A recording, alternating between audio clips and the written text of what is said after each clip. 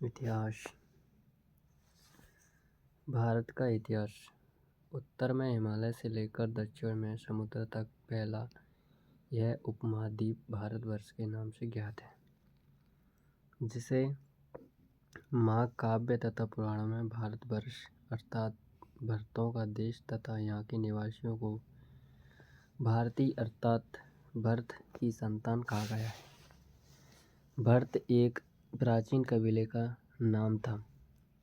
प्राचीन भारतीय अपने देश को जम्मू द्वीप अर्थात जम्मू जामुन वृक्षों का द्वीप कहते थे। प्राचीन ईरानी इसे सिंधु नदी के नाम से जोड़ते थे, जिसे वे सिंधु ना कहकर हिंदू कहते थे। यही नाम फिर पूरे पश्चिम में फैल गया और पूरे देश को इसी एक नदी के नाम से जाना जाने लगा। यूनानी इसे इंदे और अरब इसे हिंद कहते थे। मध्यकाल में इस देश को हिंदुस्तान कहा जाने लगा। यह शब्द भी फारसी शब्द हिंदू से बना है। यूनानी भाषा के इंदे के आधार पर अंग्रेजी इसे इंडिया कहने लगे। विंध्य के पर्वत श्रृंखला देश को उत्तर और दक्षिण दो भागों में बांटती है। उत्तर में इंडो यूरोपीय परिवार की भाषाएं बोलने वालों की और दक्षिण में द्रविड़ परिवार की भाषाएं बोलने वालों का बहुमत है। भारत की जनसंख्या का निर्माण जिन प्रमुख नस्लों के लोगों के मिश्रण से हुआ है वे इस प्रकार हैं: proto Australoid, paleo Mediterranean, Caucasoid, Negroid और मंगोलाइड। भारतीय इतिहास को अध्ययन की सुविधा के लिए 3 भागों में बांटा गया है: प्राचीन भारत, मध्यकालीन भारत एवं आधुनिक भारत। सबसे पहले इतिहास को 3 भागों में बांटने का श्रेय जर्मन इतिहास क्रिस्टोफ सेलियरस 1638 से 1707 एडी को है। अब आता है प्राचीन भारत। प्राचीन भारतीय इतिहास के स्रोत। प्राचीन भारतीय इतिहास के विषय में जानकारी मुख्यतः 4 स्रोतों से प्राप्त होती है। नंबर 1 धर्म ग्रंथ, नंबर 2 ऐतिहासिक ग्रंथ, नंबर 3 विदेशियों का विवरण व पुरातत्व संबंधी साक्ष्य। धर्म ग्रंथ एवं ऐतिहासिक ग्रंथ से मिलने वाली महत्वपूर्ण जानकारी। भारत का सर्वप्राचीन धर्म ग्रंथ वेद है, जिसके संकलनकर्ता महर्षि कृष्ण द्वैपायन वेदव्यास को माना जाता है। वेद वसुधैव कुटुंबकम का उपदेश देता है। भारतीय परंपरा वेदों को नित्य तथा अपौरुषेय मानती है। वेद 4 हैं: ऋग्वेद, यजुर्वेद, सामवेद एवं अथर्ववेद। इन चारों वेदों को संहिता कहा जाता है। सामवेद को त्रयी वित्रयी कहते हैं। ऋग्वेद ऋचाओं के क्रमबद्ध ज्ञान के संग्रह को ऋग्वेद कहा जाता है। इसमें 10 मंडल, 1028 सूक्त, बाल किल्य पाठ के 11 सूक्तों सहित एवं 10,462 ऋचाएँ हैं। इस वेद के ऋचाओं को पढ़ने वाले ऋषि को होत्र कहते हैं।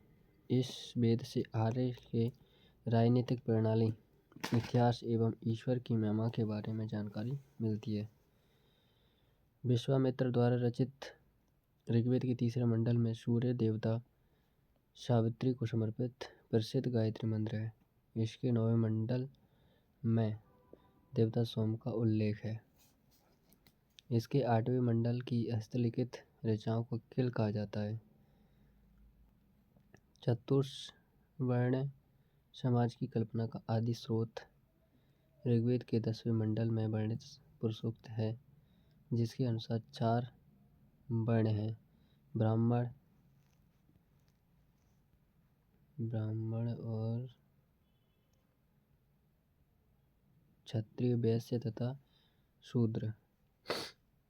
आदि पुरुष ब्राह्मण के क्रम से मुख, भुजाओं, जंघों और चरणों से उत्पन्न हुए हैं।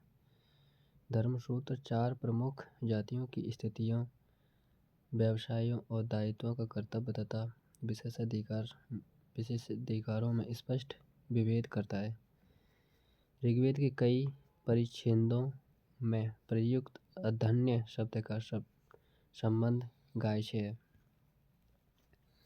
ईसा पूर्व एवं ईस्वी वर्तमान में प्रचलित ग्रेगोरियन कैलेंडर, ईसाई कैलेंडर, जूलियन कैलेंडर ईसाई धर्मगुरु ईसा मसीह के जन्म वर्ष कल्पित पर आधारित है।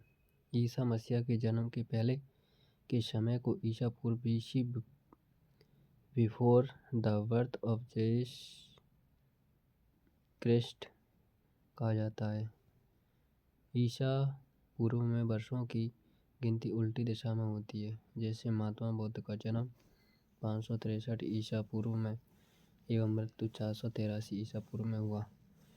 यानी ईसा मसीह के जन्म के 563 वर्ष पूर्व महात्मा बुद्ध का जन्म एवं 483 ईसा वर्ष पूर्व मृत्यु हुई। ईसा मसीह की जन्म तिथि से आरंभ हुआ सन ईस्वी सन कहलाता है। इसके लिए संपेक्ष में ईस्वी लिखा जाता है। ईस्वी को लैटिन भाषा के शब्द एडी में भी लिखा जाता है। एडी यानी एनोन डोमिन, जिसका शाब्दिक अर्थ है in the year of Lord. Vincent अर्थात स्मिथ ने प्राचीन भारत का पहला सुव्यवस्थित इतिहास अर्ली हिस्ट्री ऑफ इंडिया 1904 में तैयार किया। इस पुस्तक के 1/3 भाग में केवल सिकंदर का आक्रमण वर्णित है। इसमें भारत को स्वेच्छाचारी शासन वाला देश कहा गया है, जिसे ब्रिटिश शासन की स्थापना से पहले कभी राजनीतिक एकता का अनुभव नहीं हुआ है। उन्होंने लिखा है, वस्तु भारतीय इतिहासकारों का सरोकार शासन के एकमात्र स्वरूप तानाशाही से ही है। भावनातार के 3 भागों के आख्यान का प्राचीनतम स्रोत ऋग्वेद है। ऋग्वेद में इंद्र के लिए 250 तथा अग्नि के लिए 200 ऋचाओं की रचना की गई है। प्राचीन इतिहास के साधन के रूप में वैदिक साहित्य में ऋग्वेद के शतपथ ब्राह्मण का स्थान है। यजुर्वेद सस्वर पाठ के लिए मंत्रों तथा बलि के समय अनुपालन के लिए नियमों का संकलन यजुर्वेद कहा जाता है। इसके पाठकर्ता को अथर्वणीय कहते हैं। यजुर्वेद में यज्ञों के नियमों एवं विधि विधानों का संकलन मिलता है। इसमें बलिदान विधि का भी वर्णन है। यह एक ऐसा वेद है जो गद्य एवं पद्य दोनों में है। सामवेद साम का शाब्दिक अर्थ है कि गान। इस वेद में मुख्यतः यज्ञों के अवसरों पर गाए जाने वाले ऋचाओं मंत्रों का संकलन है। इसके पाठकर्ता को उद्धृत कहते हैं। इसका संकलन ऋग्वेद पर आधारित है। इसमें 1810 सूक्त हैं, जो प्राय ऋग्वेद के लिए गए हैं। इसे भारतीय संगीत का जनक कहा जाता है। यजुर्वेद तथा सामवेद में किसी भी विशिष्ट ऐतिहासिक घटना का वर्णन नहीं मिलता है। अथर्ववेद अथर्व ऋषि द्वारा रचित इस वेद में कुल 731 मंत्र तथा लगभग 6000 पद्य हैं। इसके कुछ मंत्र ऋग्वैदिक मंत्रों से भी प्राचीनतर है। औषधों का उल्लेख सबसे पहले अथर्ववेद में मिलता है।